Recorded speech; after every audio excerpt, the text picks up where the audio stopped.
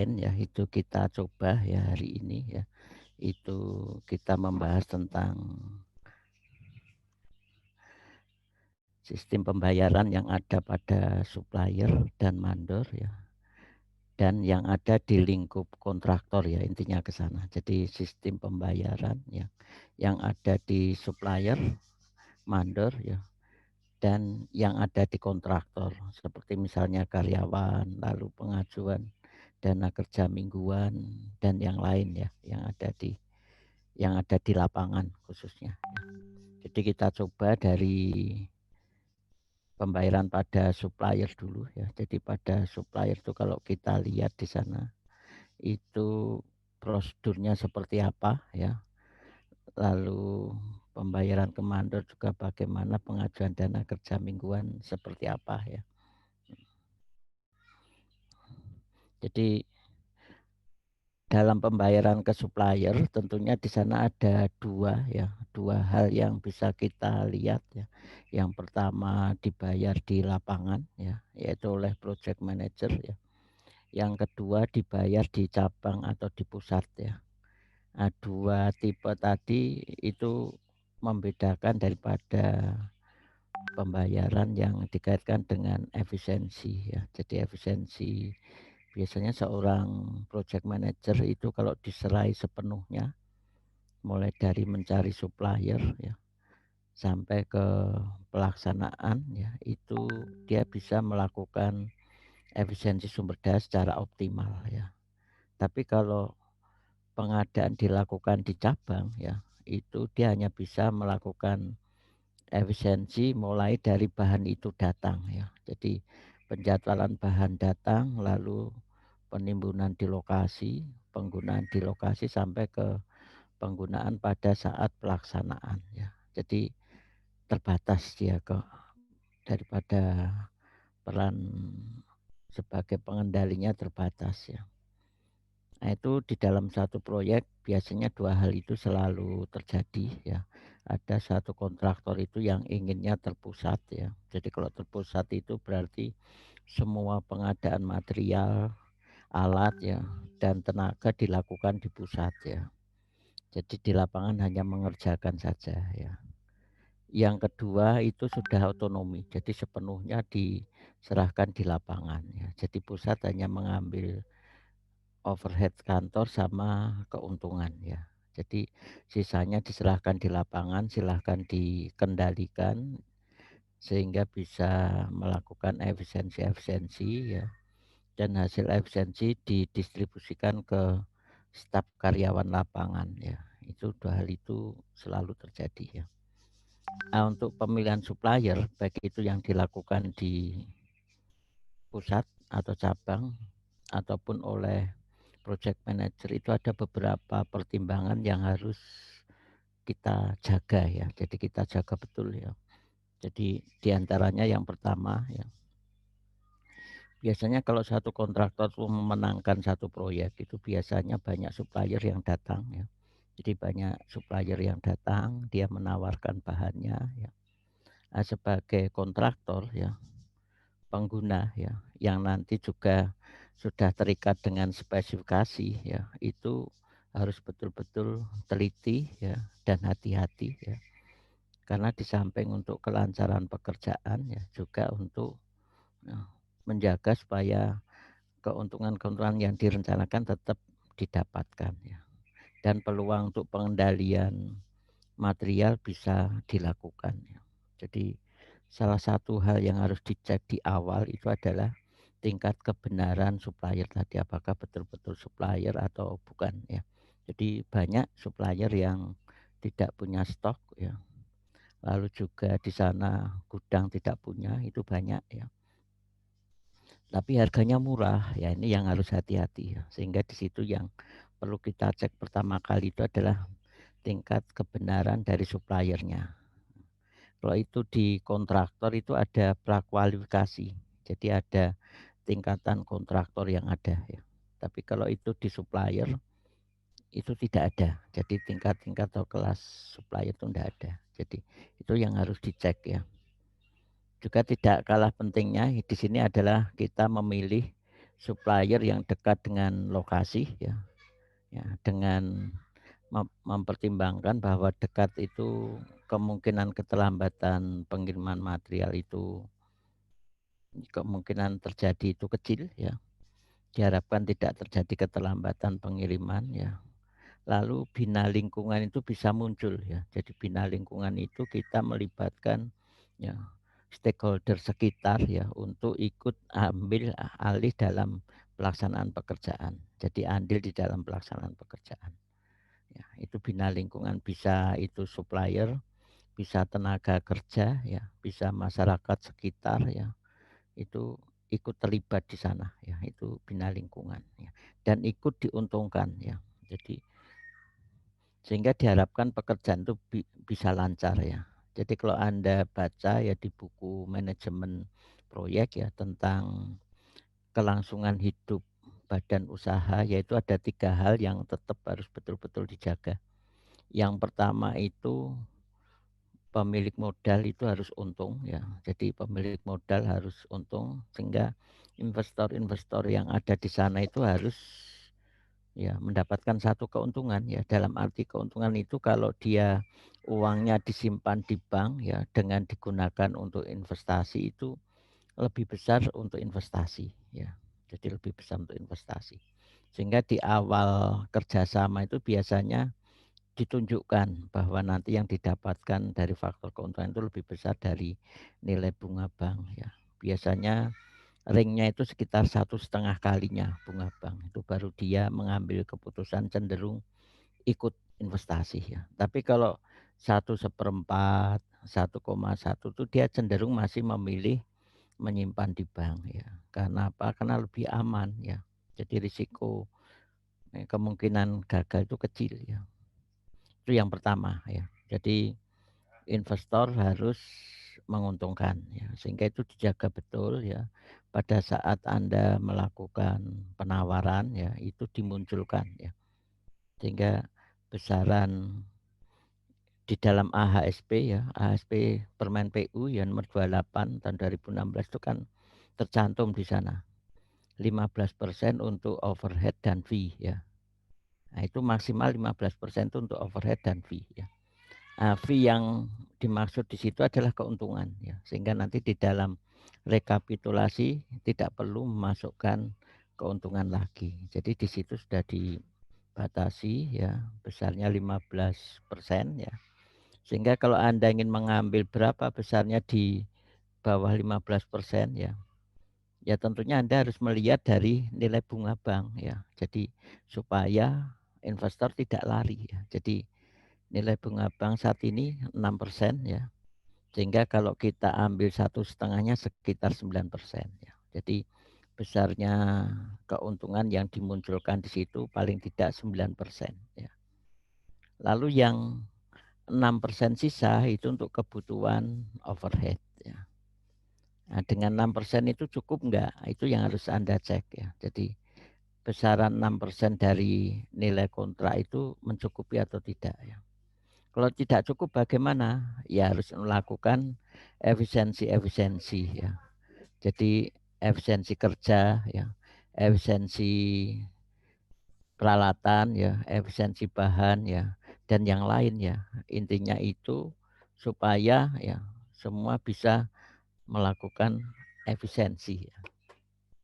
Itu yang perlu kita ketahui. Jadi yang pertama investor harus untung ya. Yang kedua karyawan ya, karyawan atau pegawai itu harus sejahtera ya. Dan yang ketiga yaitu kalau kita lihat dari sana masyarakat sekitar juga ikut menikmati. Jadi kalau kita lihat masyarakat sekitar ikut menikmati itu di sini adalah tadi bina lingkungan tadi. Jadi bina lingkungan itu tetap harus dijaga ya. Jadi setiap ada usaha proyek mungkin melibatkan tenaga kerjanya ya dari sekitar ya, atau mungkin supplier dari sekitar ya, atau mungkin juga masyarakat ya, buka warung dan sebagainya. Itu salah satu bentuk daripada ya, bina lingkungan ya, sehingga di situ bisa kita jaga ya kelangsungan hidup badan usaha tadi ya. Jadi kalau Anda lihat di teori manajemen proyek, yaitu seperti itu, 3 hal itu yang harus dijaga. Nah, salah satu bentuk yang muncul di sini adalah bina lingkungan tadi. Jadi masyarakat ikut menikmati, sehingga kalau milih supplier ada yang jauh harganya murah ya, dekat harganya agak mahal ya. Anda harus membandingkan ya, dari sisi kemungkinan terjadi kelambatan pengiriman bahan ya. Lalu dari sisi tadi bina lingkungan itu harus betul-betul dipertimbangkan. Sehingga di awal mungkin itu di dalam merancang satu proyek itu sudah mengarah ke sana. Jadi jangan hanya menekan pokoknya harganya murah ya. Nah itu jangan sampai ke situ ya. Tapi juga melihat dari sisi-sisi untuk menjaga kelancaran pekerjaan ya. Yang kedua yaitu supplier harus mempunyai alat angkut ya yang cukup ya, guna menghindari kesulitan pengangkutan material ya. Dengan mempunyai alat angkut yang cukup itu menghindari ketergantungan dengan pihak ketiga ya. Jadi dia bisa kapan saja dia mengirim, itu tidak kesulitan ya. Sehingga kemungkinan terjadi pembengkakan biaya itu kecil ya. Jadi bisa kita tekan ya.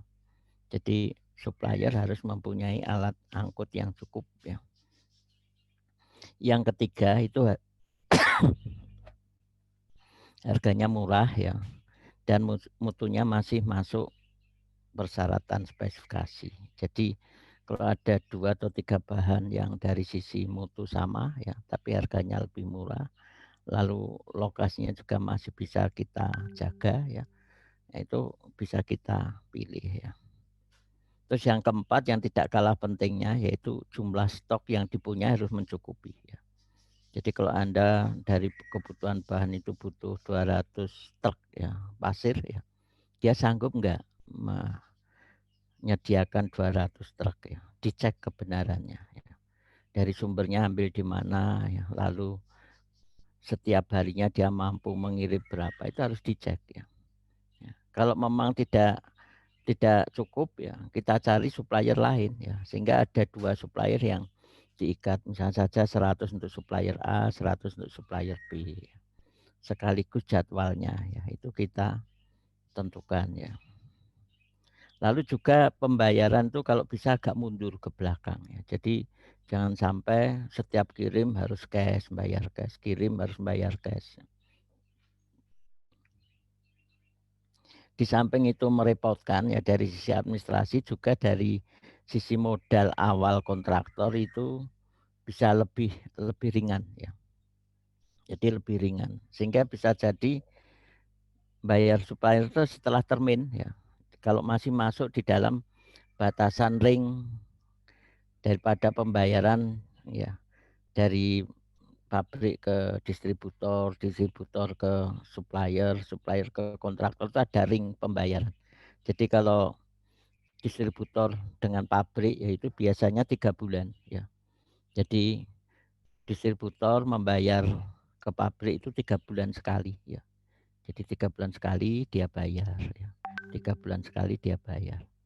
Lalu distributor ke kontraktor ya, ke supplier yaitu 2 bulan ya.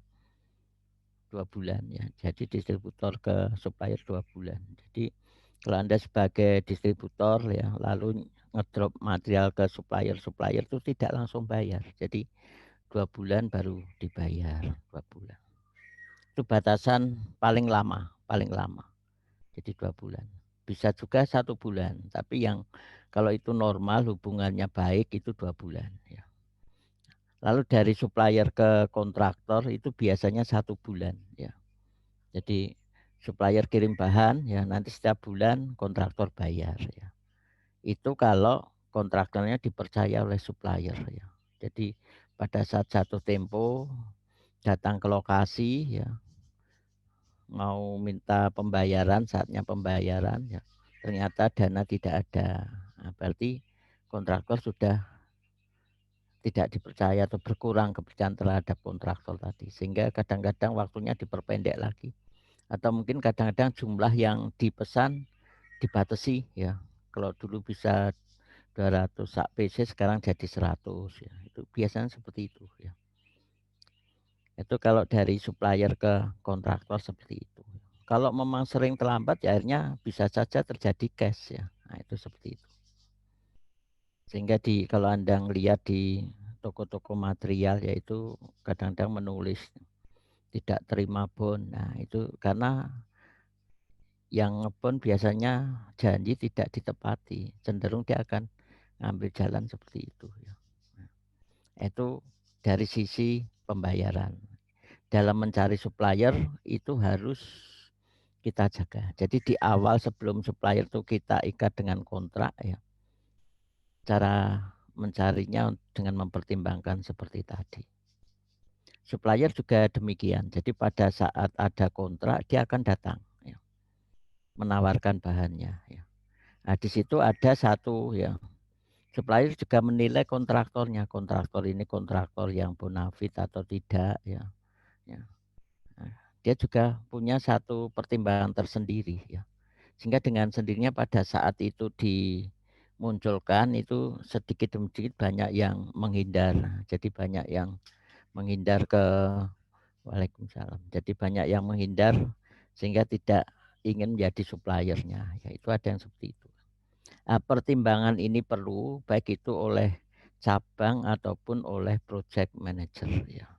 Tujuannya apa? Tujuannya supaya ini bisa membantu kelancaran pekerjaan yang ada di lapangan ya. Jadi sekali lagi pekerjaan di lapangan itu dipengaruhi oleh faktor sumber daya, salah satunya bahan ya. Bahan ditinjau dari ketersediaan bahan ya, kelengkapan bahan ya, lalu juga mutu bahan memenuhi syarat tidak ya, jumlahnya juga cukup atau tidak ya. Lalu keberadaannya itu tepat waktu tidak ya, sesuai dengan jadwal kegiatan. Ya, itu yang bisa kita lihat dari sisi sana ya. Terus kalau kita lihat prosedurnya ya, itu kalau yang pembayaran di lapangan ya. Jadi pembayaran di lapangan itu pihak project manager diberi kewenangan penuh untuk mengelola bahan ya. Mulai dari dia mencari supplier sampai ke penggunaan dan tertempel di pekerjaan ya. Itu berawal dari project manager ya.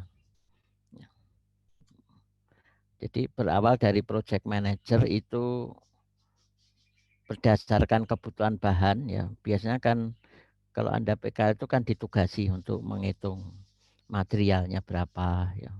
Lalu di dalam kuantitas bill of quantities itu kan tercantum di sana. Pekerjaan misalnya saja pekerjaan beton ada 30 kubik ya. Nah, 30 kubik itu kan bisa dicari berapa pasirnya, berapa semennya, berapa kerikilnya. Nah, itu daftar kebutuhan bahan ya. Jadi project manager akan mempunyai daftar kebutuhan bahan. Oh, untuk proyek ini saya butuh 5.000 sak semen ya. Dari 5.000 itu terjadwal. Pada bulan pertama butuh sekian, pada bulan kedua butuh sekian, pada bulan ketiga butuh sekian, dan seterusnya terjadwalkan ya. Menjadwalkannya dari mana? Dari jaringan kerja. Jadi dari jaringan kerja nanti akan terdistribusi ke bahan, alat, tenaga, dan peralatan ya. Jadi bahan, alat, tenaga, dan mungkin faktor-faktor lain yang mendukung ya itu terjadwalkan ya. Nah, dari kebutuhan tadi ya, project manager mencoba mencari supplier ya dengan pertimbangan 7 tadi, 7 pertimbangan ya. Telah didapatkan suppliernya ya, dia akan memesan bahan apa saja yang akan dia pesan di sana sesuai dengan negosiasi kesepakatan bersama. Nah, pihak supplier setelah tahu ya bahan apa saja yang dipesan ya dia akan mengirim contoh contoh bahan ke lapangan ya. Jadi contoh bahan itu dipakai untuk apa ya? Untuk pembanding saat bahan nanti datang ya. Sehingga tinggal bandingkan saja menyimpang atau tidak ya. Nah, contoh tadi tentunya sesuai dengan spesifikasi ya. Kirim ke lapangan, diterima oleh pengawas lapangan ya, di sana dicek bahan ini memenuhi syarat tidak ya. Lalu bahkan kadang-kadang pengawas lapangan juga meminta uji labnya ya. Jadi uji labnya seperti apa bahan ini ya, memenuhi syarat tidak ya. Setelah dia pilah-pilah yang memenuhi syarat ya diinformasikan ke project manager bahwa bahan ini memenuhi syarat untuk dipakai pada proyek tersebut. Project manager langsung pesan ya. bahan itu supaya didatangkan di lokasi pada tanggal sekian ya, sejumlah sekian ya. Jadi sudah menyebutkan waktunya ya. Jadi tujuannya apa? Karena kaitannya dengan jaringan kerja. Jadi kalau bahan itu terlambat maka pekerjaan juga terlambat ya. Jadi sudah menentukan durasinya ya, kapan dikirim, lalu jumlahnya. Pihak supplier data tadi membukukan dalam DO ya. Dituliskan dalam DO, delivery order ya. Jadi di sana ditulis pesanan bahan jenisnya ini sejumlah sekian, mutunya seperti ini, dikirim pada hari ini misal saja atau besok tanggal berapa ya. Diserahkan ke ya, bagian yang mengantar mengirim bahan ya. Ya. Dikirim ke lokasi, dilengkapi surat jalannya ya. Jadi harus ada surat jalan ya. Karena kalau tidak ada nanti di perjalanan ya jadi masalah ya. Jadi harus ada surat jalan. Ya. Sampai di lokasi diterima, di sana dicek lagi oleh pengawas ya. Bahan tadi memenuhi syarat tidak ya. Mungkin semen ada 100 sak ya. Yang 10 sak sudah mengeras ya. Berarti harus dikembalikan yang 10 ya. Yang 90 bisa diterima ya. Jadi itu harus dicek ya, karena kadang-kadang namanya bahan semen yaitu walaupun mungkin hanya seminggu, kalau nyimpannya nggak bagus ya mengeras juga ya. Nah itu seperti itu. Setelah dicek ya oleh bagian pengawas lapangan ya, yang diterima itu dibukukan di bagian gudang logistik ya. Yang diterima di bagian logistik dibukukan. Lalu lembar delivery order yang biasanya ada 4 lapisan ya atau 3 ya. Yang paling atas putih ya, lalu merah muda, biru sama kuning ya. Ya. Yang putih itu kalau cash ya, kalau sudah terbayar. Kalau yang belakang itu untuk arsip ya. Arsip yang di lapangan sama arsip yang supplier sendiri ya. Sehingga nanti yang putih sama satu lampiran lagi tembusan dibawa kembali oleh supplier. Lalu yang 2 tembusan ditahan di sini ya, di bagian lapangan ya. Dibukukan oleh bagian gudang ya. Nah, bagian gudang juga ada kegiatan manajemen gudang sendiri ya. Jadi bahan yang datang itu dibukukan, lalu di penyimpanannya diatur supaya tidak rusak ya dan tidak hilang ya. Lalu juga secara administrasi bisa termonitor bahan jumlahnya berapa, kondisinya bagaimana ya. Lalu sirkulasi bahan sendiri juga bagus ya. Semen yang baru datang dengan semen yang sudah lama ya. Penggunaan yang lama dulu yang didulukan ya. Jadi berputar seperti itu ya. Itu di manajemen gudang. Jadi manajemen gudang itu sampai ke pengaturan ya sirkulasi material ya. Supaya bahan tadi tidak terlalu lama di lokasi dan mudah rusak ya. Juga ada pembukuan penggunaannya nantinya. Digunakan untuk apa, sejumlah berapa, oleh mandor apa, untuk pekerjaan apa, itu ada di sana. Nah, setelah ditandatangani tadi yang putih sama satu tembusan dikembalikan ke supplier, terus yang 2 tembusan dibukukan, diserahkan ke administrasi keuangan lapangan ya. Oleh administrasi keuangan lapangan direkap di sana dengan pengadaan berikutnya. Misal saja pengadaan setiap 2 minggu sekali, berarti setiap 2 minggu berikutnya datang lagi, bukukan lagi di sana. Lalu dicek kapan jatuh temponya ya. Oh, jatuh temponya nanti minggu ke-6 ya. Nah, berarti direkap minggu pertama sampai ke-6 ya. Sehingga nanti pada minggu ke-5 ya itu kontraktor sudah mengajukan dana kerja mingguan ke cabang ya. Nanti minggu ke-6 saya butuh dana sekian untuk membayar supplier ya. Diusulkan minggu ke-5 ya. Nah, pada saat minggu ke-6 supplier datang ke lokasi ya dengan membawa ya DO yang putih tadi ya. Di lokasi dicocokkan sama administrasi keuangan. Lalu dibayarkan sejumlah sesuai yang diterima di sana. Itu rutin seperti itu ya. Nah, itu tugas project manager untuk mengendalikan bahan tadi ya. Kalau itu dilakukan sepenuhnya oleh manajer ya, dia bisa mengelola sumber daya dalam hal ini bahan secara optimal ya. Jadi mulai dari membeli dia sudah bisa melakukan efisiensi ya. Jadi seperti tadi efisiensi pencarian supplier itu juga bentuk efisiensi. Jadi supplier kita salah pilih supplier itu dampaknya cukup besar ya. Ya. Lalu setelah itu dicek kebutuhannya berapa, lalu yang dikirim ya. Jadi efisiensi bahan itu mulai dari pengiriman bahan ya. Tadi mencari supplier, harganya murah, masih masuk spek ya. Lalu dikirim ke lokasi ya. Dicek ya pada masuk ke lokasi memenuhi syarat tidak, baik itu jumlahnya, mutunya dan sebagainya ya. Ya, dicek ya. Jadi jumlah itu harus betul-betul sesuai. Jadi kalau pasir, biasanya pasir itu kalau pakai dump truck ya, bak kayu itu biasanya dari banyaknya papan ya. Jadi banyak papan di bak itu ada 4 tingkat atau 5 tingkat ya. Itu dicek di sana ketinggiannya sampai papan keberapa sehingga volumenya bisa ditaksir ya. Kalau itu dari bak baja ya, plat ya, itu biasanya dari frame-nya. Frame-nya itu ukuran 50-50 ya. Jadi satu kotak frame itu 50-50. Tinggal ngalikan saja tingginya berapa kotak, lalu ke belakangnya berapa kotak, lalu lebarnya berapa kotak ya. Juga kadang-kadang pakai tongkat ya. Jadi bagian sapam ya penerima ban itu siap dengan tongkat ya yang sudah diberi warna pada ketinggian tertentu. Dia tinggal nyodokkan ke bak tadi ya. Tingginya berapa ya. Kalau kurang nggak boleh masuk ya. Jadi kalau itu jaraknya antara pintu dengan bagian penerima gudang itu jauh ya. Biasanya untuk proyek-proyek sipil itu jauh jaraknya. Tapi kalau jaraknya dekat biasanya langsung ditangani oleh bagian gudang ya. Jadi yang ngecek tadi bagian gudang ya. Jadi kalau memang tidak memenuhi syarat tidak dibongkar, suruh keluar ya. Dan yang menghitung jumlah itu bagian gudang ya. Tapi kalau jaraknya jauh biasanya keamanan juga diserahi ya. Tugas untuk ngecek berapa truk yang masuk ya, berapa yang keluar ya. Nah, kadang-kadang kalau kita nggak teliti ya, itu tidak dicek masuknya ya.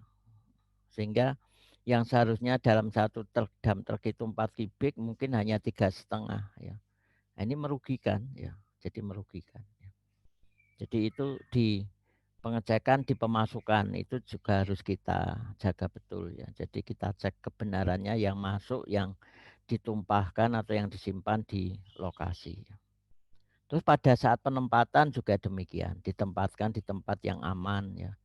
Baik itu dari faktor alam maupun faktor pencurian ya, pencurian atau kehilangan secara alami dan kehilangan secara mungkin dengan pencurian atau yang lain ya. Kalau alami itu misalnya saja Anda naruh pasir di jalannya air ya, lalu malam hari hujan ya, itu paginya sudah berkurang ya, mungkin separuh truk sendiri sudah hilang. Hanyut ya, mungkin hanyutnya tidak keluar dari lokasi ya, tapi sudah berpindah tempat ya. Nah, ini juga merugikan, mengganggu dan sebagainya ya. Naruh batu bata di jalannya orang lewat ya, juga tidak nyaman ya. Jadi itu dari faktor alam ya. Ya. Nah, itu harus kita jaga ya. Itu kita dibukukan oleh bagian gudang, lalu dijaga penimbunannya supaya tidak hilang atau rusak ya. Kalau yang di dalam gudang tertutup bagaimana? Ya diatur ya. Jadi kalau kayu ketinggian 3 lapis kayu ada rongga udaranya, 3 lapis lagi rongga lagi seperti itu. Kalau semen juga demikian ya. Jadi ada rongga sirkulasi udara supaya tidak mengeras dan sebagainya ya. Itu di gudang. Nah, ini prosedurnya. Jadi prosedur pemasukan material seperti itu. Sehingga peran project manager itu bisa optimal. Jadi dia bisa mengendalikan mulai dari mencari supplier, lalu mengirim ke lokasi, ya, lalu masuk ke lokasi, ya, dicek kebenarannya, ya, lalu menimbunnya, ya, menimbunnya juga dijaga betul dari faktor keamanan, kehilangan dan sebagainya. Menggunakannya juga dijaga, ya, setiap mandor butuh ya bahan apa saja itu termonitor ya, ya, dikendalikan ya. Lalu penggunaan oleh tukang ya di lapangan ya sampai ke setelah bangunan itu jadi ya, bangunan itu sudah tertempel atau bahan sudah tertempel harus dirawat ya. Jadi kalau beton ya otomatis dijaga ya, kelembapannya sehingga tidak terjadi retak ya. Jadi kalau itu pasangan dinding dijaga ketegakannya ya sehingga tidak miring karena faktor angin ya atau mungkin tersenggol tukang ya pada saat dia dikerjakan dan sebagainya ya. Nah, itu betul-betul dijaga sampai tertempel sampai diserahkan kembali sehingga peran project manager bisa optimal di situ. Dan pengendalian di sini harus di semua hal ya. Jadi harus dikendalikan mulai dari beli bahan, penerimaan bahan, ya, penimbunan, ya, penggunaan, ya, lalu perawatannya. Ya, itu harus terkendali semua. Jadi tidak boleh hanya sebagian. Oh, pembeliannya dikendalikan, tapi penimbunannya tidak, sehingga terjadi pemborosan di sana. Penimbunannya dikendalikan, pembelian dikendalikan, ya, tapi penggunaannya tidak. Ya, itu juga sama. Jadi di satu sisi kita hemat, di sisi yang lain kita boros, ya, sehingga sama saja. Jadi harus semuanya. Jadi harus semuanya dikendalikan. Itu peran project manager. Jadi pengadaan ada di dalam lokasi. Ya.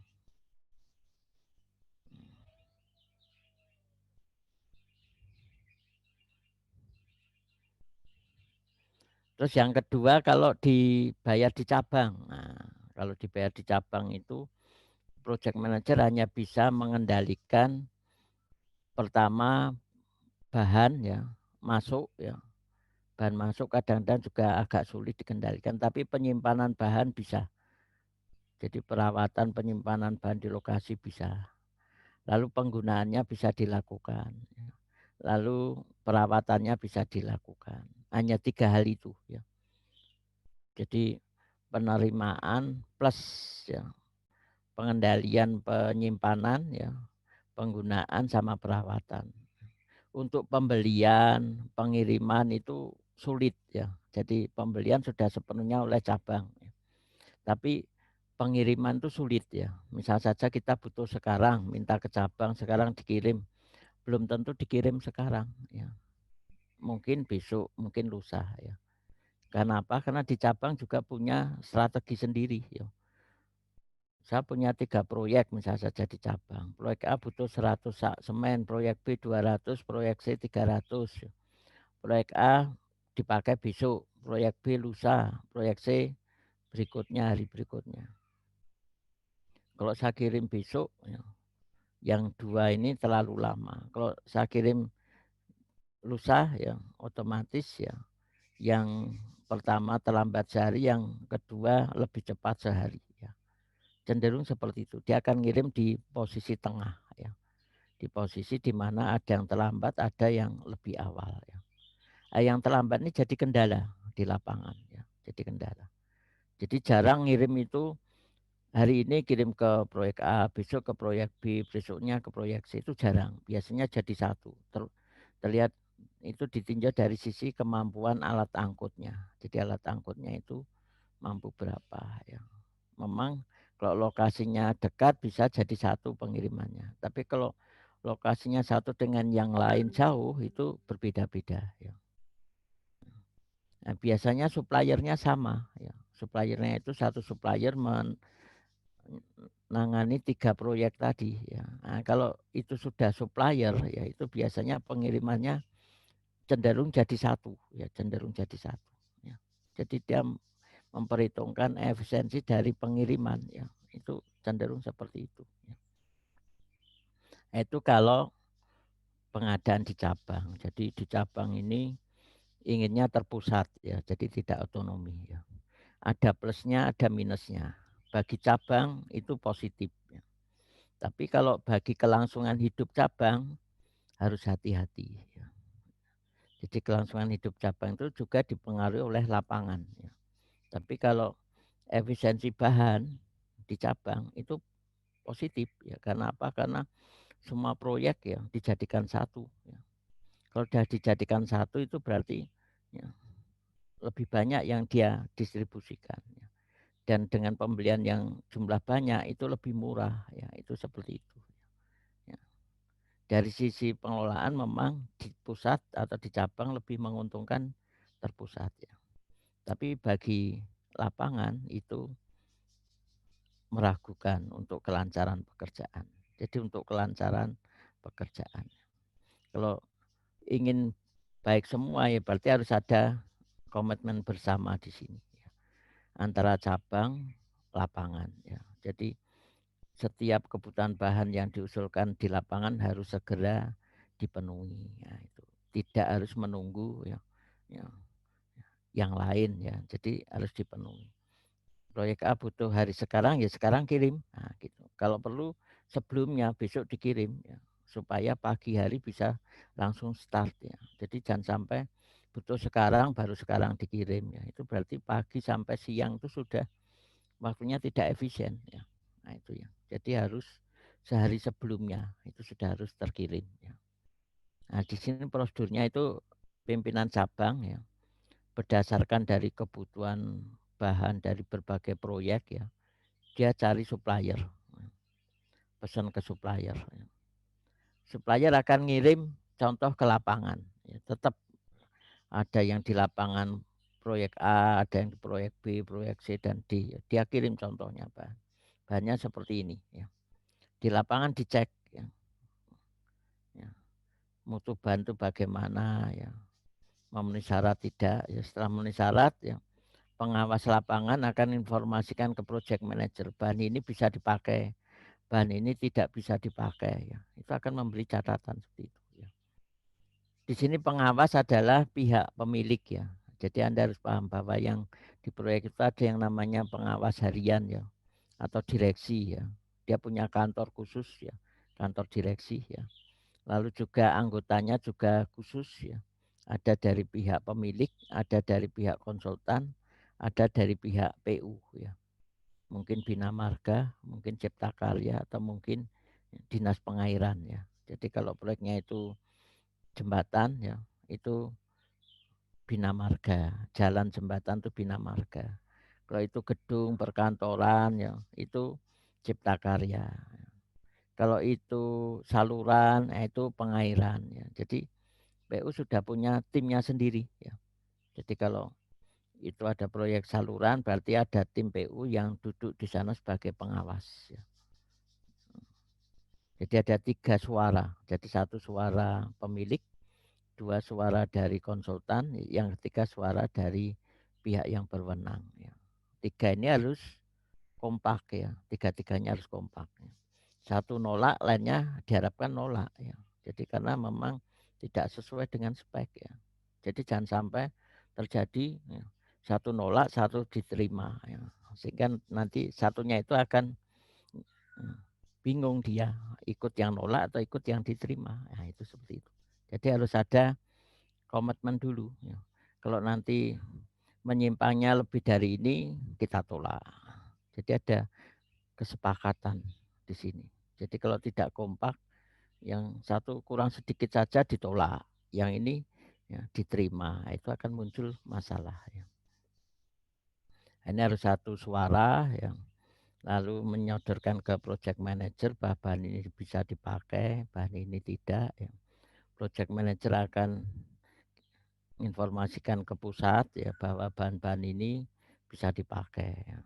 Baru pusat kirim, pesan ke supplier, kirim ke lokasi bahan tadi kapan dibutuhkan dikirim. Nah, ini yang sering terjadi ya, keterlambatan pengiriman di sini ya. Jadi karena keterlambatan di situ cenderung akan ya,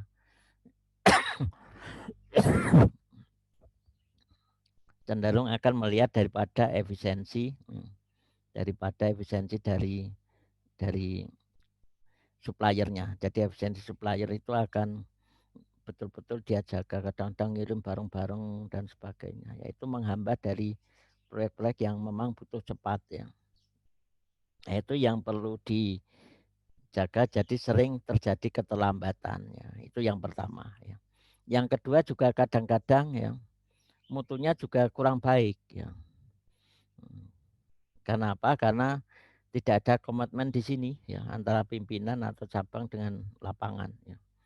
Yang cabang selisih sedikit saja diterima, yang di lapangan ditolak, yaitu sering terjadi ya. Jadi tidak ada kesepakatan di cabang dan di lapangan sehingga kadang-kadang mutu bahan itu banyak yang ditolak ya, banyak yang ditolak ya. Kalau sudah ditolak ada yang supplier itu langsung memperbaiki ya, jadi langsung diganti dengan bahan yang bagus ya. Tapi ada yang tidak mau ya, karena dia punya anggapan yang bayar cabang bukan lapangan. Ini juga muncul seperti itu. Jadi kendala-kendala di lapangan itu akan muncul kalau ya terjadi ya istilahnya itu validasi ya, validasi yang bukan yang bayar. Jadi yang memberi validasi itu bukan yang bayar, itu cenderung seperti itu ya. Jadi oh sudah enggak apa-apa kan yang bayar bukan dia, seperti itu. Kadang-kadang terjadi ya. Nah, itu di situ ya.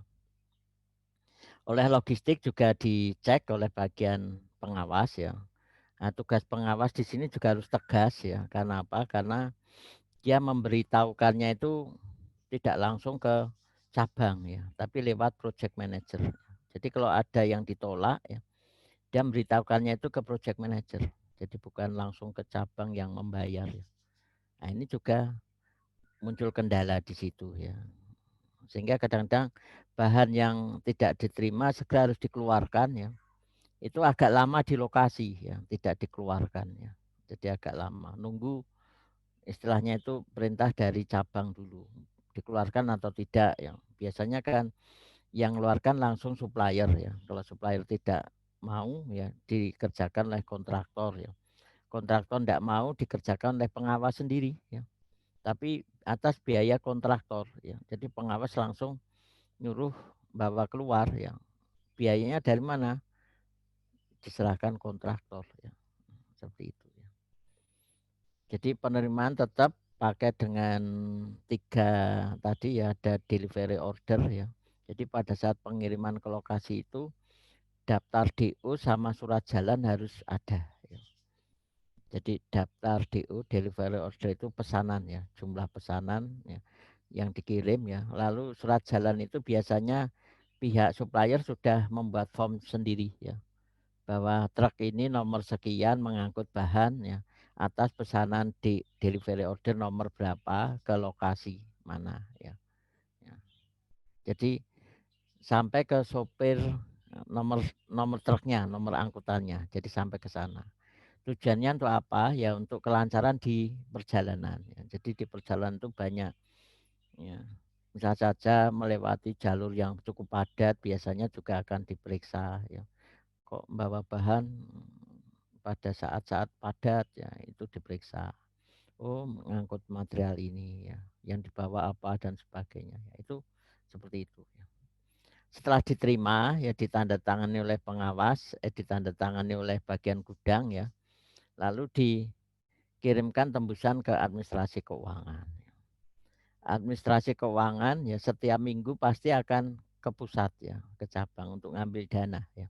Sekaligus nyerahkan untuk kebutuhan minggu depan ya. Itu selalu rutin ya. Jadi atas perintah project manager itu rutin setiap minggu pasti ke cabang untuk ngambil dana sama mengusulkan minggu berikutnya. Itu rutin ya.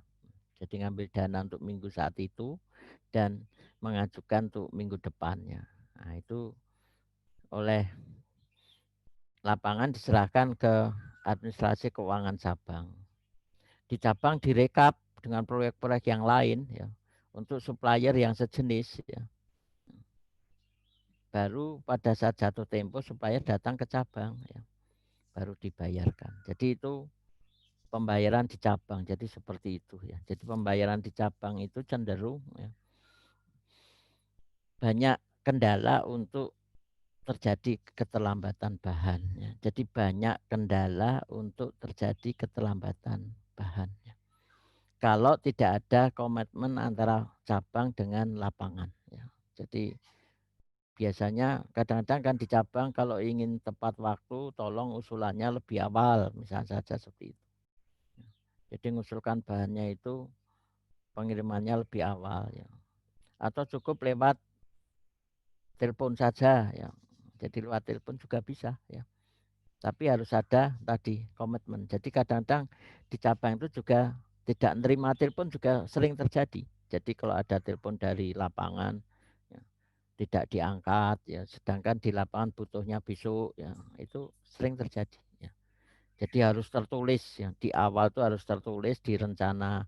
Kalau Anda nanti mendapatkan RPP ya, rencana pelaksanaan proyek, yaitu biasanya di awal sudah membuat satu bentuk ya rancangan ya. Pengadaan 1 tanggal berapa, pengadaan 2 tanggal berapa, pengadaan 3 tanggal berapa, itu sudah terencana di awal ya. Jadi kalau di mendekati pelaksanaan biasanya ya memang seharusnya praktis ya, rencana awal ada, lalu pelaksanaan realnya juga ada. Karena biasanya di dalam pelaksanaan itu bisa terjadi lebih cepat atau mungkin terlambat atau mungkin sesuai dengan rencana. Nah, itu yang dilakukan di cabang ya. Jadi ada 2 ya. Ada yang di cabang, ada yang di lapangan, ada juga gabungan. Jadi sepenuhnya di lapangan tapi ada bahan-bahan khusus yang menyiapkan cabang. Jadi biasanya bahan yang sulit didapatkan ya. Misal saja kalau di proyek jalan itu biasanya aspal ya. Aspal itu kelihatannya mudah tapi sulit dicari ya. Dan harganya juga ya, naik turunnya itu cukup tinggi ya. Jadi naik turunnya cukup tinggi. Itu untuk aspal ya. Jadi bahan-bahan yang sulit didapatkan itu biasanya diserahkan ke cabang ya. Jadi karena cabang punya ya link yang lebih luas ya, link lebih luas ya. Ya. Karena persyaratan orang duduk di cabang itu dia harus punya satu hubungan kerja yang cukup baik dengan bisa dengan supplier, bisa dengan pihak ketiga dan bisa juga antar project manager sendiri ya. Jadi kalau dia lapangan yang punya link luas juga lebih baik ya. Kalau itu pengelolaan dilakukan di lapangan ya. Jadi sampai sini ada pertanyaan sebelum kita lanjutkan? Belum. Belum.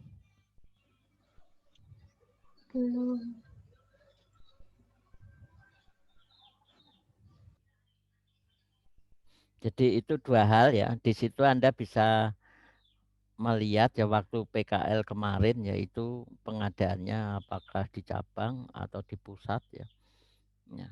Lalu apakah pengadaannya itu sering terlambat atau tidak ya. Lalu yang membayar bahan itu di cabang atau di pusat atau di lapangan yaitu Anda bisa ngamati ya. Jadi apalagi diserai di sana laporan harian ya, bahan yang masuk, yang keluar dan sebagainya. Atau mungkin terlibat di pelaksanaan ya, menghitung capaian kerja ya. Atau mungkin bantu di bagian lapangan administrasi keuangan bisa saja. Jadi bisa melihat di sana, oh proyek ini masuk di mana, pengadaannya oleh siapa, apa di pusat atau di lapangan ya.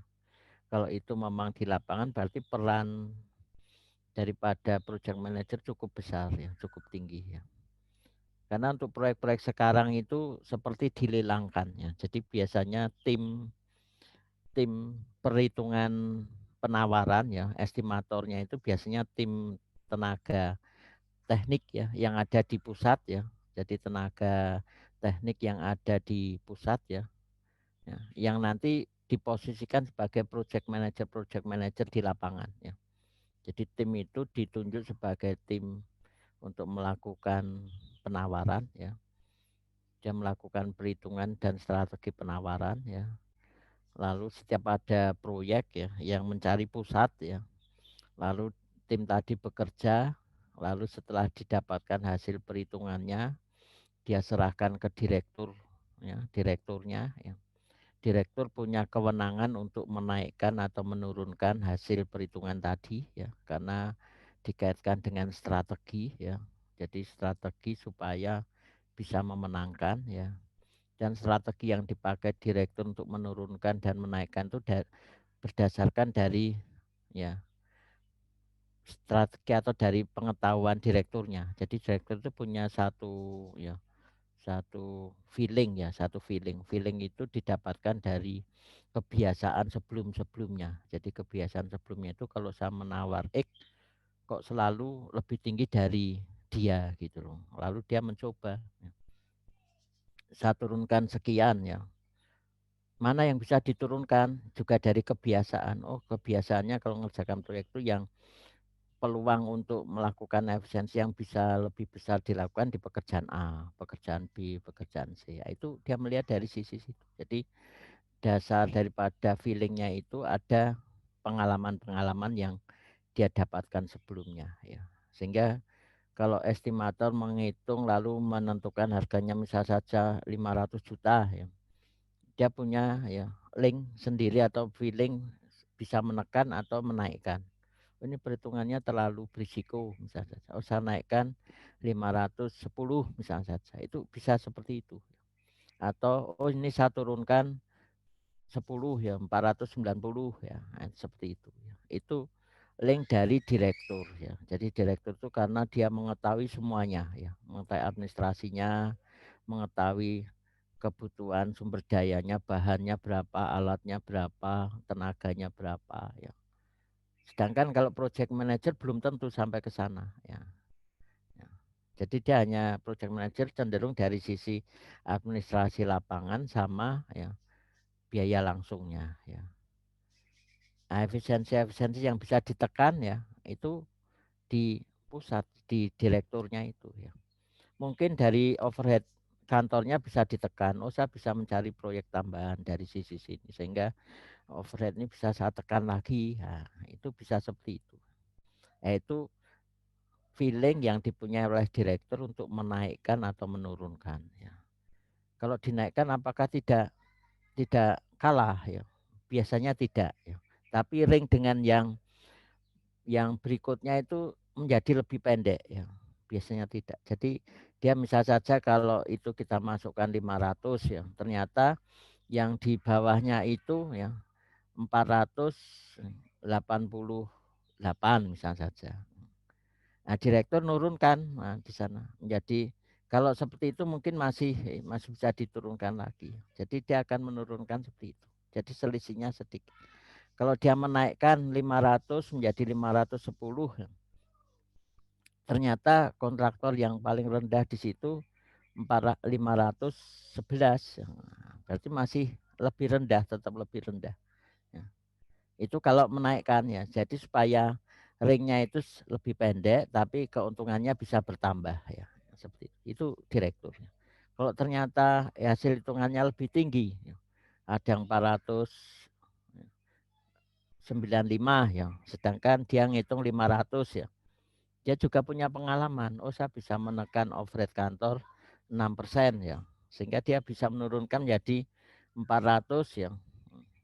90 ya, 90 berapa itu kurang 4%. Nah, jadi lebih rendah dari yang menang. Itu feeling yang dipunyai oleh direktur. Dan itu bisa dilakukan kalau direkturnya itu selalu melakukan evaluasi. Proyek sebelumnya seperti apa, real kebutuhan bahannya berapa, real kebutuhan alatnya berapa, real kebutuhan tenaga kerjanya berapa, real kebutuhan karyawannya, ya overheadnya berapa. Dia sudah bisa melakukan evaluasi. Nah, dari sana dia tahu, oh kita selalu overhead itu terlalu tinggi. Ya. Kalau kita turunkan masih bisa jalan. Nah, seperti itu. Ya. Jadi seperti itu. Itu feeling dari direktur. Jadi setelah diserahkan ke direktur, direktur menerapkan feeling juga ya, baru dimasukkan di penawaran. Ya. Sehingga apa yang dilakukan oleh estimator itu belum sepenuhnya yang tertulis di kontrak. Ya. Masih harus ada ya, tangan kedua yaitu direktur. Ya. Karena direktur punya feeling lebih lengkap, dia membawai semua segi. Ya. Dari sisi sumber dayanya, dari sisi peralatannya, dari sisi administrasinya, semua dia paham betul ya. Nah, itu di dalam satu penetapan di mana kalau kita lihat di suatu penawaran itu dilakukan oleh pusat ya. Setelah menang ya, setelah menang pihak direktur akan mengambil dana overhead kantor ya. Overhead kantor itu yang dibutuhkan untuk kebutuhan kantor plus keuntungan ya. Overhead kantor plus keuntungan diambil ya. Tinggal overhead lapangan sama biaya langsungnya ya. Biaya langsungnya itu termasuk bahan alat tenaga pada setiap pekerjaan. Ditawarkan ke bagian teknik tadi, siapa yang berani ngerjakan ada proyek ini seharga sekian ya. Ya. Lokasinya di misal saja di Sumatera Barat misal saja. Ya. Masing-masing ya, ya tim teknis tadi ya melakukan perhitungan ya. Terus kalau dengan harga sekian ya overhead lapangan masih tersedia ya. Lalu biaya langsungnya juga masih bisa dikendalikan ya. Ada yang berani ya. Maka dia ditunjuk sebagai project manager proyek tersebut ya. Nanti ada lagi ya proyek baru, tawarkan lagi ya. Diambil overhead kantornya sama keuntungannya ya. Siapa yang berani ya. Dari bagian-bagian teknis tadi yang tidak berani atau boleh dikatakan dalam 2 atau 3 tahun tidak menjabat sebagai project manager ya, akan digeser ya ke bagian pemasaran atau bagian yang lain ya. Karena tipe seperti itu tipe yang tidak berani mengambil risiko ya. Ya, jadi tekniknya seperti itu ya. Lalu kenapa pihak cabang atau pihak pusat selalu ngambil yang overhead kantor plus keuntungan ya? Karena dia juga menangani ya karyawannya ya. Jadi karyawan yang ada di lapangan nanti ada gaji pokok yang di pusat ya. Jadi penggajian project manager itu ada gaji pokoknya dibayar oleh pusat ya. Biasanya tidak besar ya. Plus kenaikan masa kerja dan sebagainya itu ada di pokok tadi ya. Dan ada gaji lapangan ya, gaji proyek ya. Nah, kalau itu dijumlahkan cukup besar ya. Ya. Kenapa dibuat seperti itu ya? Kok tidak langsung ya? Setiap project manager gajinya tinggi ya, tapi ditanggung pusat semua ya. Kalau nanti tidak ada proyek ya, pusat nggak mampu ya. Jadi pusat nggak mampu membayar. Ya. Dan yang kedua karyawan atau project manager tidak mencoba mencari proyek ya. Jadi supaya project manager juga bisa mencari proyek ya, yaitu tadi. Ya. Jadi ada motivasi-motivasi. Nah itu yang ada di situ ya. Jadi strategi di dalam satu penetapan biaya proyek yaitu harus melihat seperti tadi. Jadi kalau ingin merancang badan usaha tadi atau kontraktor itu bisa hidup langgeng ya itu seperti tadi 3 hal dijaga ya. Investornya atau yang punya uang tetap untung ya. Karyawan sejahtera ya. Masyarakat sekitar proyek atau sekitar kantor kantor pusat ya itu juga ikut menikmati ya. Itu seperti itu ya. Itu bisa langgeng ya. Lalu di setiap proyek juga sama ya. Setiap proyek juga seperti itu ya. Terus untuk menjaga supaya beban yang namanya karyawan sejahtera itu kan relatif ya. Jadi apakah sejahtera itu gajinya tinggi? Itu tidak seperti itu ya. Jadi karyawan juga tahu kalau tidak ada proyek tentunya juga tidak ada pemasukan ya. Sehingga dia paham betul ya. Makanya penggajian itu dibuat gaji pokok ya. Lalu juga perhitungan daripada ya tunjangan-tunjangan tunjangan makan, tunjangan istri, lalu juga tunjangan yang lain yaitu tetap ada ya. Tapi kecil ya. Dan itu masuk di gaji pokok tadi. Jadi gaji pokoknya berapa persen dari UMR ditambah tunjangan, ditambah kenaikan masa kerja ya, kenaikan berkala ya, tetap ada ya. Tetap ada. Tapi jumlahnya itu melihat totalnya melihat dari kemampuan kantornya. Dan aturan pemerintah yang ada di lokasi kantor tadi berada ya. Itu di situ ya. Baru kalau ada proyek ya, dia ditugaskan di lapangan. gaji pokok tetap ditambah insentif proyek ya. Insentif proyek cukup tinggi ya, karena insentif proyek itu dibebankan di proyek tersebut ya. Tapi kalau gaji pokok plus tunjangan yang lain itu dibebankan di kantor ya, di semua proyek dalam 1 tahun ya. Jadi kantor pusat juga mempertimbangkan 1 tahun ini dapat proyek berapa. Oh, dapat 10 ya. Berarti semua pengeluaran kantor selama 1 tahun ya, baik itu mulai sewa kantor, gaji direktur sampai OB di kantor pusat ya, lalu akomodasi yang lain ya, itu dibebankan di semua proyek. Berarti total 1 tahun dibagi 10 ya, berarti 1/10-nya berapa ya. Nah, 1/10 itu dititipkan di setiap proyek ya. Jadi setiap kita menawar proyek itu ada biaya langsung ya. Biaya langsung itu dari pekerjaan bahan alat tenaga ya. Lalu overhead lapangan itu gaji project manager sampai ya Satpam ya di lapangan ya, plus overhead lapangan itu bisa semua yang pekerjaan yang tidak tertulis di BOQ ya, ya, ditambah titipan kantor. Titipan kantor 1/10 proyek. Lu kok besar sekali ya, 1/10 ya. Ya pihak pusat juga harus mencoba menekan ya. Cara nekannya bagaimana? Ya efisiensi kantor harus dilakukan ya. Jadi efisiensi kantor harus dilakukan. Kalau di kantor pusat itu misalnya saja, oh kebutuhan, makanya direktur harus mengevaluasi setiap tahun ya. Kebutuhan untuk listriknya kok terlalu tinggi ya. Dicek kebenarannya. Oh ternyata siang pun lampu dinyalakan ya. Nah, itu mulai muncul kebijakan di sana. Setiap siang hari semua lampu dimatikan ya, mengandalkan sinar matahari ya. Oh pada saat istirahat komputernya nyala semua ya. Ya. Komputer dimatikan pada saat istirahat ya, selama 1 jam ya. Mungkin anggapan karyawan itu supaya ya, efisien dari sisi kerja ya. Tapi dari sisi beban membebani ya itu harus dilakukan ya. Jadi harus dilakukan ya. Jadi dimatikan kalau nggak dipakai ya. Nah itu seperti itu. Jadi efisiensi listrik bisa muncul ditekan. Oh ternyata teleponnya cukup tinggi ya. Kita cek ya. Oh, telepon kantor pusat itu ada 3 atau 4 telepon yang berhubungan langsung dengan luar.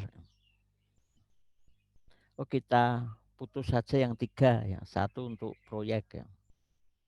Yang 3 diputus ya, sehingga lalu diganti apa supaya lancar? Bisa telepon koin ya. Bisa juga karyawan kantor dibelikan HP ya. Untuk tahun itu memang tinggi untuk beli HP ya. Tapi tahun berikutnya agak berkurang ya, atau mungkin untuk bulan itu tinggi ya, tapi bulan berikutnya berkurang ya. Diberikan bulan Februari ya. Februari ada pengeluaran pembelian HP ya, investasi HP ya. Sejumlah karyawan yang ada yang sering berhubungan dengan luar ya. Ya.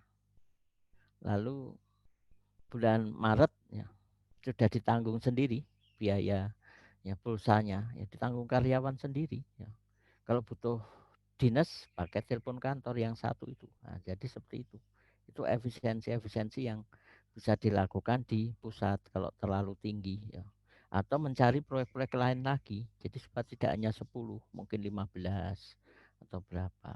Atau mencari proyek yang cukup panjang. Jadi proyek yang cukup panjang itu supaya beban-beban kantor bisa bercabang ke sana ya. Misal saja kalau sekarang kita lihat ya, di PP itu ada proyek perumahan ya, proyek misal saja ya apartemen ya, itu kan cukup lama, itu bisa bertahun-tahun ya, dan sudah dapat masukan juga ya. Jadi ada masukan tentang pengelolaan fasilitas umumnya dan sebagainya, sehingga bisa membantu PP untuk lebih meringankan beban overhead kantornya. Jadi seperti itu ya.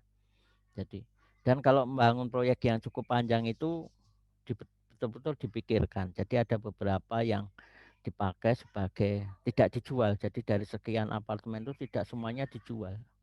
Ada yang dijual, ada yang dikelola sendiri ya. untuk seperti apartemen-apartemen yang disewakan ya. Lalu pengelolaan parkir, pengelolaan fasilitas umum lainnya dikelola ya, sehingga itu ada pemasukan juga ya. Itu seperti itu ya. Di samping di satu sisi ada pemasukan ya, di sisi yang lain juga menjaga supaya apartemen itu tetap terkondisikan ya. Jadi coba kalau itu diserahkan semua, pasti akan rame ya. Yang lola parkir ya akhirnya rebutan. Yang lola misal saja ada beberapa yang menyewakan ya tidak dikoordinir juga akan jadi masalah ya. Itu seperti itu. Jadi menekan biaya overhead kantor supaya lebih murah ya. Itu seperti itu di sini ya. Terus pembayaran supplier, pembayaran mandor ya. Jadi pembayaran mandor. Jadi pembayaran mandor itu lingkup di kontraktor ya. Jadi di bawah mandor itu ada pekerja borongan, ada pekerja harian ya. Jadi kalau pekerja borongan itu biasanya dibayar berdasarkan borong kerja yang sudah diselesaikan. Jadi pekerjaan-pekerjaan yang sudah diselesaikan oleh tenaga kerja ya dihitung oleh mandor sebagai prestasi ya dan dibayar berdasarkan yang dicapai ya. Dilakukan tetap per minggu ya, per minggu. Jadi hari pertama ngerjakan apa, selesai berapa ya. Hari kedua ngerjakan apa, selesai berapa, dicatat oleh mandor ya. Lalu dihitung sampai hari Sabtunya berapa yang sudah dikerjakan. Hari pertama ada galian tanah 3 kubik, hari kedua ada pasangan 2 kubik, hari ketiga ada plesteran sekian meter ya. Dari borong kerjanya kalau galian per kubiknya berapa, kalau istilahnya pasangan per kubiknya berapa, kalau plesteran per meter perseginya berapa di total ya. Sehingga hari Sabtu nanti ya dia akan mendapatkan jumlah total tadi ya. Kalau yang harian dihitung hari kerjanya. Oh 1 minggu berarti 6 hari kerja ya. Perharinya berapa? Oh ini tukang kayu. Tukang kayu misalnya saja perharinya 120 berarti 6 harinya dia akan mendapatkan ya 120 kali 6 ya. Berarti 720 ya. Itu di yang harian ya. Tapi harus dicek di sini ya. Mandor harus pandai-pandai memberikan pekerjaan yang optimal ya. Jadi jangan sampai nanti dibayar 720 tapi hanya selesai 1% ya. Itu berarti capaiannya kecil ya. Jadi harus tetap dijaga. Yang di sini juga ini digaji banyak tapi kok hasilnya kecil ya itu juga harus dijaga. Kalau ini sudah jelas ya. Hasil banyak dapat banyak, hasil kecil dapat kecil ya. Jadi kalau yang borong kerja jelas ya. Hasilnya banyak dapat banyak ya.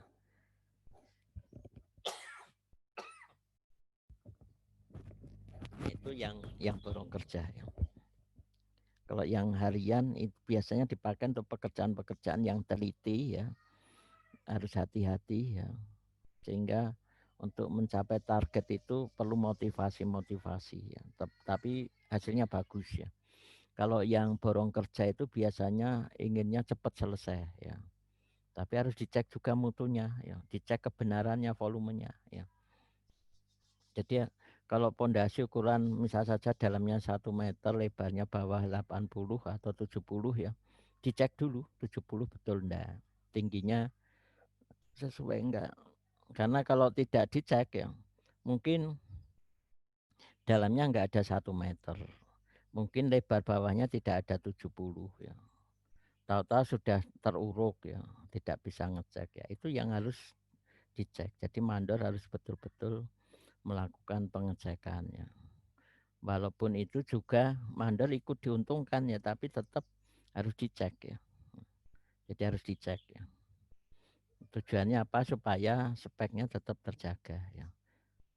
Jadi jangan sampai yang ingin cepat selesai lalu diloskan ya, tidak dicek ya, sehingga tambah besar hasilnya, tapi enggak logis ya.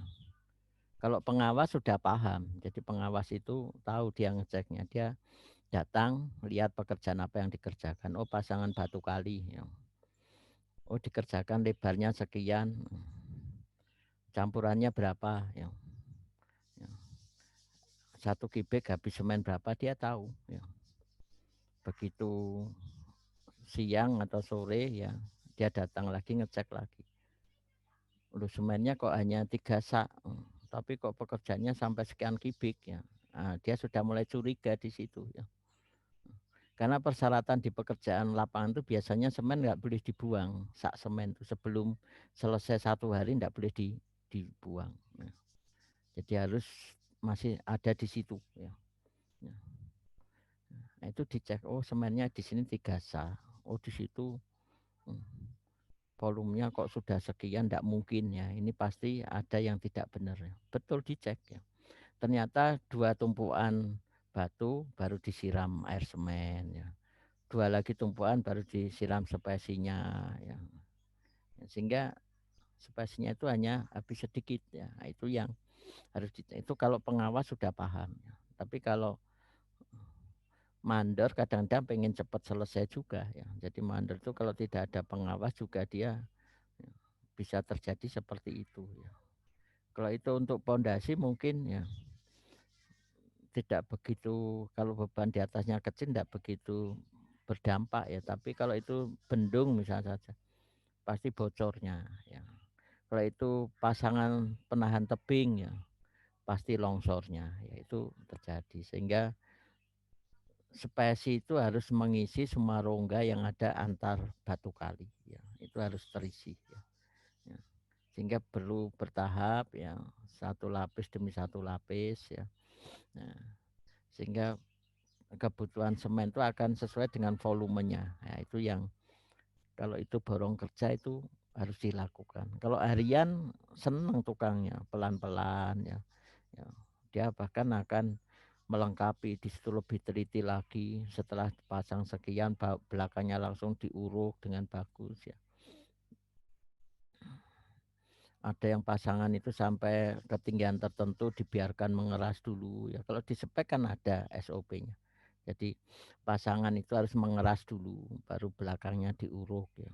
Di samping itu kekuatan daripada dinding penahannya itu sudah kuat ya, juga bisa dicek kebenarannya ya. Nah, itu seperti itu. Jadi 1 hari itu tidak boleh ada pengurukan dulu. Jadi hari pertama itu pasangan batu plengseng, ya, belakangnya tetap rongga ya. Ya, besoknya baru mulai diuruk ya. Sehingga pada saat sore hari itu masih terbaca ya. Berapa tebal pasangan batu kali yang posisi bawah, berapa tebal yang posisi atas ya. Di samping konstruksinya juga belum mengeras ya. Apakah setelah sore atau besoknya mengeras ya? Kita melihat dari aturannya. Jadi aturannya itu satu pasangan mendapatkan beban tekan dari samping pada usia berapa ya, itu harus kita cek juga ya. Kalau memang 1 hari belum ya 2 hari baru diuruk ya. Jadi nanti kalau Anda membuat jejaring itu akan kelihatan di sana ya. Kalau pakai SS ya, start ya, biasanya kalau yang urukan start plus 2, nah gitu, plus 2. Jadi start plus 2 baru dia mulai. Jadi dengan start pasangan batu kali dia plus 2, 2 hari, berarti 2 hari pasangan batu kali, urukan di belakangnya baru dimulai. Jadi jangan sama-sama cabang start ya. Nah itu berarti bareng ya. Dari sisi SOP-nya memenuhi syarat enggak? Kalau memenuhi enggak apa-apa. Kalau misalnya saja di situ memang diizinkan ya, dan itu selama tidak ada istilahnya pemadatan secara masinal ya, itu bisa dilakukan ya. Itu dari sisi itu. Jadi dari mandor prestasinya ya 1 minggu dihitung oleh pelaksana ya. Pelaksana mandor A menyelesaikan berapa ya. Oh pasangan sekian, oh plesteran sekian, oh urukan sekian dan sebagainya. Ada borong kerjanya ya. Ada borong kerjanya ya. Jadi kalau pelaksana ke mandor cenderung borong kerja. Tapi ada yang harian di bawah langsung oleh pelaksana. Jadi ada harian. Setelah borong kerja ya, harga satuan AHSP yang ada di sana adalah di bawah AHSP yang tertulis ya. Misal saja untuk pasangan batu kali ya, per meter kubik misal saja 30.000 ya.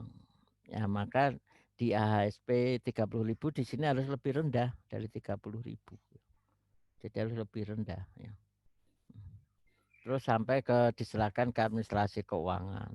Di sana direkap dengan yang lain ya. Lalu diusulkan ke cabang ya. Diambil prestasi hari itu dan mengusulkan minggu depan. Ya, itu seperti itu rutin ya. Jadi rutin seperti itu. Itu pembayaran kemandor. Jadi pembayaran kemandor itu selalu seperti itu. Jadi prosedurnya nanti di dalam dana kerja mingguan ya, dana kerja mingguan ya. Stop skill. Di dana kerja mingguan.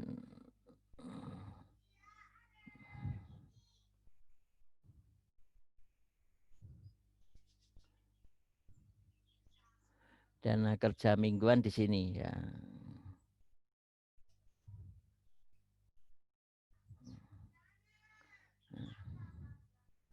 Dana kerja mingguan itu pihak administrasi keuangan itu mendapatkan ya, pertama dari pelaksana tadi ya, dari hasil mingguan. Jadi setiap minggu pasti ada dia masukkan ya.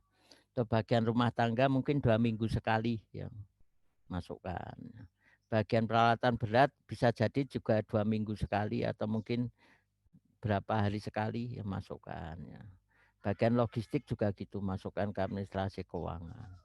Oleh administrasi keuangan ditambah dengan ya, kebutuhan gaji karyawan lapangan. Ya. Kalau ada misal saja bahan ya, yang harus dibayar di lapangan, pembayaran supplier yang jatuh tempo itu minggu keberapa.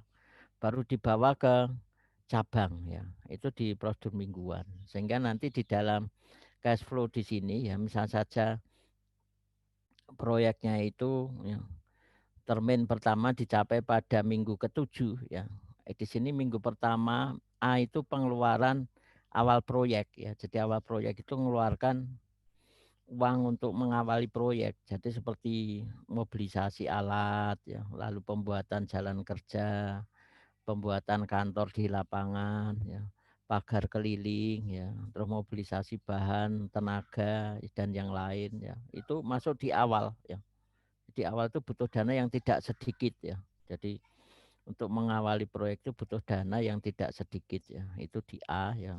Pada saat 1 minggu berikutnya dia harus membayar P ya. P itu upah pekerja, tukang dan pekerja setiap minggu. Karena pembayaran upah pekerja itu harus setiap minggu. Jadi tidak boleh ya ditunda ya. Jadi kalau namanya tenaga biaya langsung tuh harus tepat ya. Kalau hari Sabtu tidak ada uang, cari pinjaman, kerja lembur, nanti hari Minggunya dibayar ya. Kalau ditunda minggu berikutnya ya, dia sudah tidak motivasi ya. Masuk kerja tapi enggak, hasilnya kecil sekali ya. Nah, di samping itu dia tiap Sabtu harus bayar ke warung ya, bayar ke warung ya. Jadi kalau warungnya ditunda ya bisa tutup warungnya. Ya itu yang harus dicek ya. Jadi P itu setiap minggu pasti mengeluarkannya. Lalu yang D itu adalah suku cadang bahan bakar ya. Itu 2 minggu sekali misal saja D. Jadi dirancang 2 minggu sekali butuh bahan bakar berapa, suku cadangnya apa saja. Itu pokoknya dia mengusulkan 2 minggu sekali ya. Itu D ya. Lalu juga minggu kedua yaitu P-nya tetap ditambah E ya. Akomodasi lapangan. Jadi akomodasi lapangan itu kebutuhan lapangan di luar yang tidak tertulis di BOG ya. Atau mungkin untuk akomodasi ya, orang yang ada di lapangan termasuk konsumsi ya, air dan sebagainya itu di E ya. E juga 2 minggu sekali, tapi selang-seling dengan D ya. Jadi E dengan D selang-seling. Tujuannya apa? Supaya beban pembiayaan tidak terlalu berat ya. Jadi D 2 minggu sekali, E juga 2 minggu sekali, tapi ya, overlap ya. Terus minggu ketiga juga tetap P. Pada saat minggu keempat ya, itu P-nya tetap ya. Lalu ada B itu gaji karyawan lapangan ya. Jadi gaji karyawan lapangan itu dibayar setiap bulan ya. Lalu E tetap ada akomodasi lapangan. Jadi nanti minggu keempat butuh ini ya. P, B dan E. Minggu kelima P sama D. Minggu ke-6 ya P sama C. C itu apa? Pembayaran supplier yang jatuh tempo. Jadi supplier itu ternyata dibayar setelah 6 minggu baru dibayar ya. E-nya tetap ya. Jadi kalau bisa P-nya itu atau C-nya itu dibayar setelah termin ya, di sebelah kanannya termin itu lebih menguntungkan ya. Ya. Karena bayar C itu cukup besar ya, cukup besar ya, cukup besar. Jadi kalau termin 20% itu berarti sekitar 50%-nya itu dari bahan, 10% itu ya, nilai C ya, C itu 10%-nya sendiri ya. Ya. Terus minggu ke-7 dapat pemasukan termin pertama ya. Jadi seperti itu tahapannya. Nah, nanti di dana kerja mingguan itu seperti minggu kedua ya. Kita mengusulkan minggu atau minggu ketiga ya. Kita mengusulkan minggu keempat ya. Jadi minggu keempat tuh besok minggu depan butuh P berapa ya. Gaji atau upah tenaga kerja berapa. Butuh B ya. Karyawannya totalnya berapa, digaji berapa. Butuh E berapa ya. Jadi ngusulkan pada saat minggu ketiga dia ngusulkan minggu keempat pengeluarannya berapa. Lalu mengambil minggu ketiga. Minggu ketiga dia mengambil P sama D ya. Biasanya kalau proyeknya dekat itu hari Sabtu ya. Hari Sabtu itu proyeknya dekat ya. Dia ngambil biaya P sama D ya. Tapi kalau proyeknya jauh dia Jumat ya. Biasanya Jumat ya. Nah itu. Jadi ngambil P sama D lalu sampai lokasi didistribusikan. P-nya ke pelaksana, pelaksana ke mandor, D-nya ke keuangan ya. Keuangan ke bagian alat biasanya ya. Ke bagian alat. Nanti pada minggu keempat ya, dia ngusulkan lagi minggu kelima ya, ngambil minggu keempatnya. Sampai di lokasi P-nya didistribusikan ke pelaksana dan mandor ya, karena yang membayar mandor itu pelaksana ya. Ya, ya. Lalu B-nya itu ke administrasi keuangan, jadi karyawan lapangan ngambil gajinya ke administrasi keuangan lapangan. Terus yang E itu akomodasi lapangan itu ke bagian rumah tangga biasanya. Jadi yang ngurusi akomodasi itu bagian rumah tangga di lapangan ya. Jadi yang ngurusi konsumsi ya, bahan pokok dan sebagainya itu bagian rumah tangga ya. Kalau yang ngurusi alat itu bagian peralatan. Yang ngurusi bahan bagian gudang ya. Jadi sendiri-sendiri sudah ya. Jadi nah, seperti itu ya. Nah, itu cash flow ini harus dibuat tujuannya untuk apa? Untuk menaksirkan kebutuhan sampai dapat termin ya. Sehingga butuh modal berapa.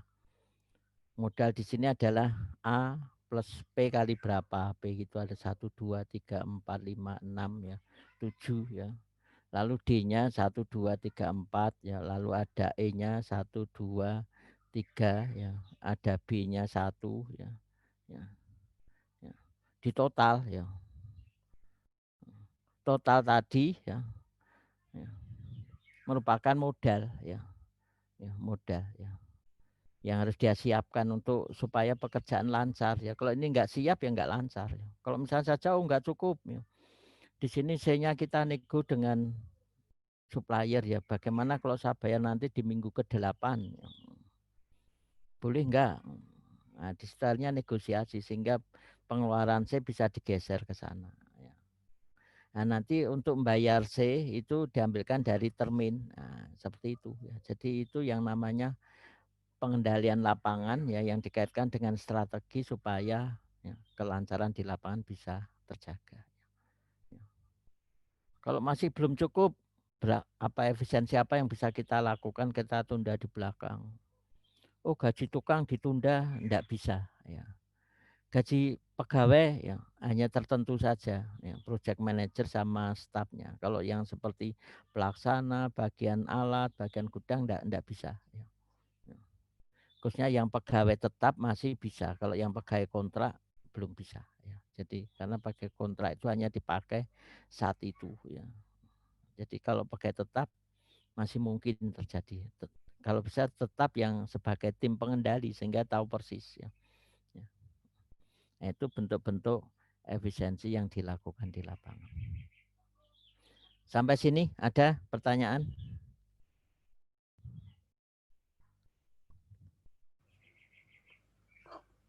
Belum, Pak. Belum. Belum.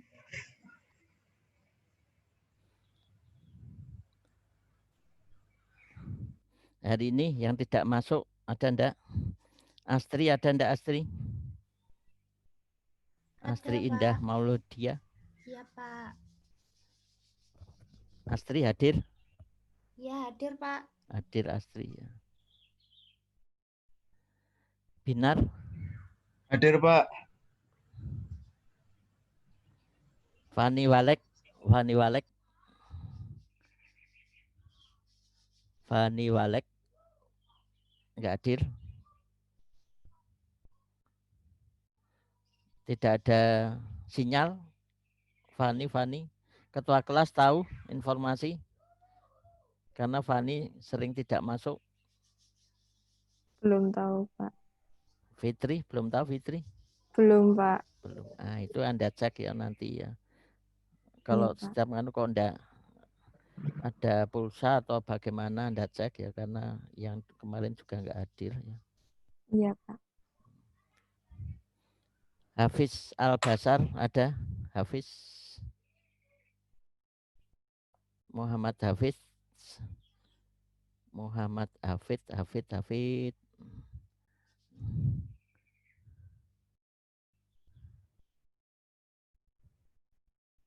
Enggak hadir? Hafid?